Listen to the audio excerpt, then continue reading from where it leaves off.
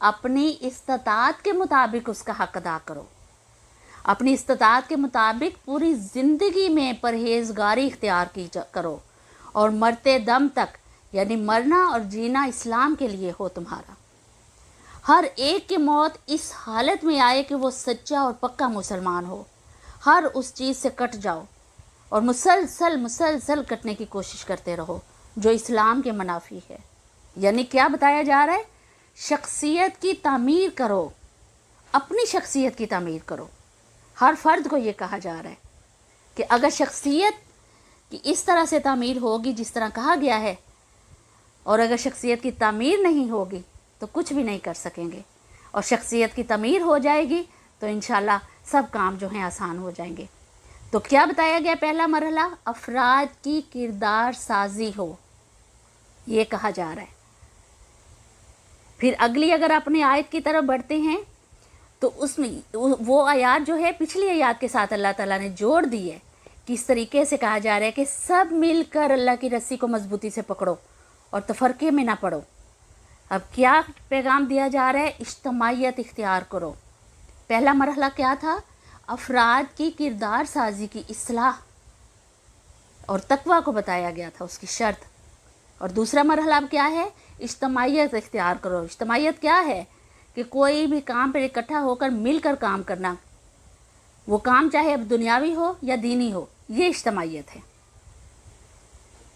کہ اجتماعیت اختیار کرو کہ جو کہ اجتماعی طور پہ سب امت کے افراد کو کہا جا رہا ہے کہ امت کے افراد جماعتی تفرقے سے بچیں اور خدا کی رسی یعنی اس کی شریعت کو، اس کے دین کو، اس کی کتاب کو مضبوطی سے پکڑ لیں۔ ہر بات میں دین کی اہمیت مقدم ہو، اور اس کام کے لیے ایک دوسرے سے بھرپور تعاون جو ہے وہ ہو، کیونکہ سب مسلمانوں کا اعلیٰ نصب العین دنیا میں اسلام کی سربلندی ہے، اور یہی نصب العین، یہی مقصد زندگی ہے، اور اسی پر قائم رہنا ہے، اسی پر قائم رہتے ہوئے جہاد کرنا ہے، اور یہ جہاد ہماری زندگی میں مسلسل رہنا چاہیے۔ پھر ساتھ ہی اللہ تعالیٰ نے فرمایا ہے کہ اللہ کے اس احسان کو یاد کرو جو اس نے تم پر کیا۔ کون سا احسان؟ اشارہ کس کی طرف ہے؟ اشارہ ہے صحابہ اکرام کی طرف۔ کیا کہا جا رہا ہے؟ کہ تم ایک دوسرے کے دشمن تھے، اس نے تمہارے دل جوڑ دیے، اور اس کے فضل و کرم سے تم بھائی بھائی بن گئے۔ تم آگ سے بھرے ہوئے ایک گڑھے کے کنارے کھڑے تھے، اللہ نے تم کو اس سے بچا لیا۔ یعنی کیا تھا یہ احسان؟ دور جاہلیت میں کیا تھا؟ لوگ ایک دوسرے کے دشمن تھے، اسلام نے ان کو بھائی بھائی بنا دیا، ایک دوسرے کا غم گزار اور ہمدرد بنا دیا۔ اسلام نے سب کو اکٹھا کر دیا۔ مثال ہمارے سامنے دو قبیلے اوس اور خزرج، کیا تھا؟ جو سالوں سال سے ایک دوسرے کے خون کے پیاسے تھے، لیکن جب اسلام کے دائرہ کار میں آئے تو اثار و محبت کا ایک نمونہ بھر کے سامنے آئے۔ محبت بھی پھر ایسی کہ ایسی محبت تو ایک خاندان کے لوگ بھی آپس میں نہیں کرتے۔ یہ اللہ کا احسان جو اس نے بھائی بھائی بنا دیا، جو اس نے محبتیں جو ہیں قائم کر دی دلوں میں، جو اس نے مسلمانوں کے اوپر کیا۔ اور پھر کہا جا رہا ہے کہ اگر تم آنکھیں رکھتے ہو تو ان علامات کو دیکھو، ان نشانیوں کو دیکھو اور سوچو کہ تمہاری فلاح، تمہاری کامیابی دین اسلام کو مضبوطی سے تھامنے میں ہے یا اس کو چھوڑنے میں۔ لیکن پیاری بہنوں یاد رکھو کہ تمہارا اصل خیر خواہ جو ہے وہ اللہ اور اس کا رسول ہے، اور کوئی تمہارا خیر خواہ نہیں ہے، کوئی بھی نہیں ہے۔ تو کیا تھا پہلا نقطہ؟ کیا تھا؟ افراد کی تیاری، اس کی اصلاح، شخصیت کی اس کی اصلاح۔ پھر دوسرا نقطہ کیا ہم نے دیکھا؟ افراد کو باہم جوڑنا تاکہ وہ ایک مضبوط جماعت بنے، ایک مضبوط جمعیت بنے، ایک مضبوط قوت بنے۔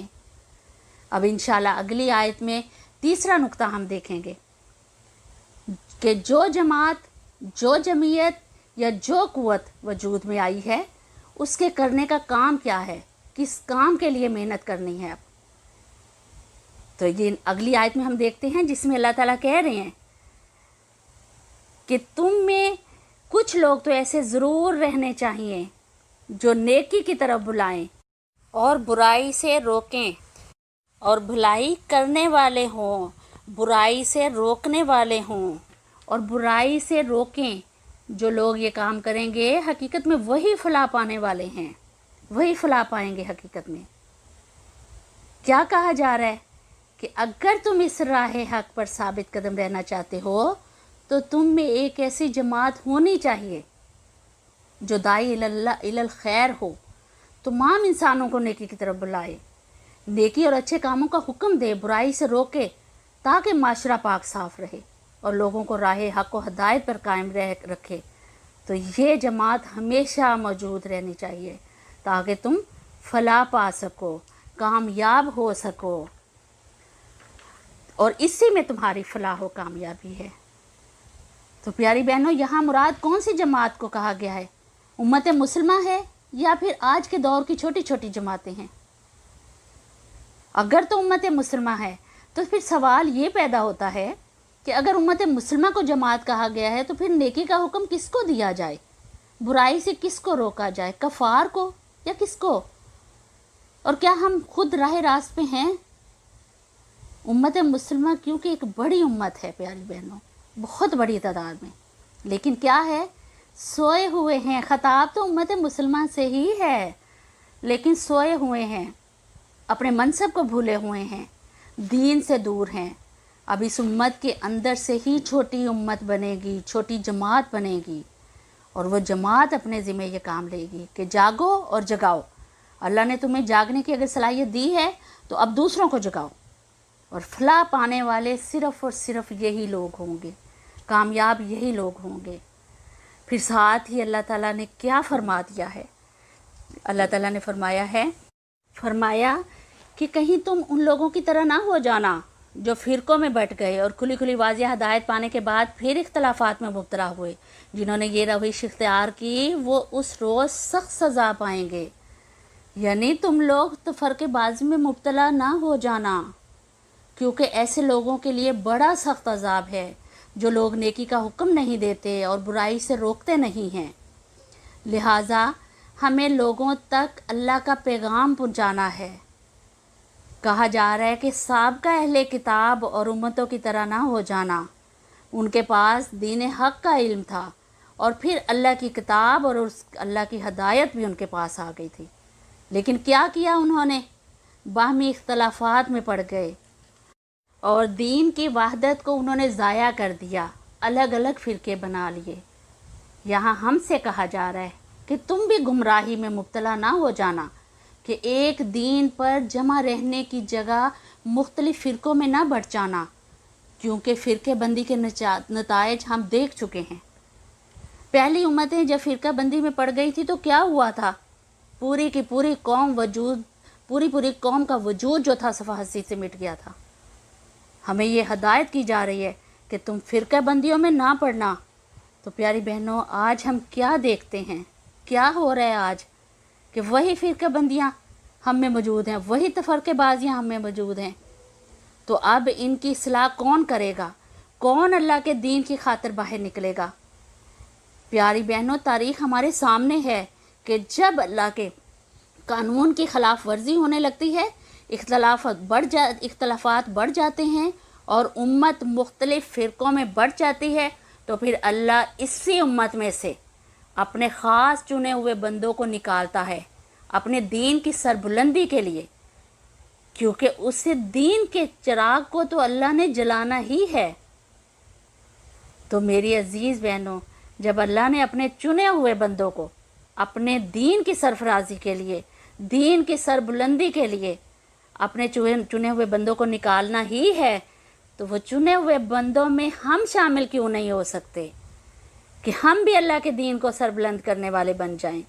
اللہ ہمیں اپنی طرف بلا رہا ہے اور کہہ رہا ہے کہ تم میں سے ایک گروہ، ایک جماعت، ایک قوت، ایک جمعیت تو ایسی ضرور ہونی چاہیے جو لوگوں کو نیکی کی طرف بلائے اور بدی سے روکے۔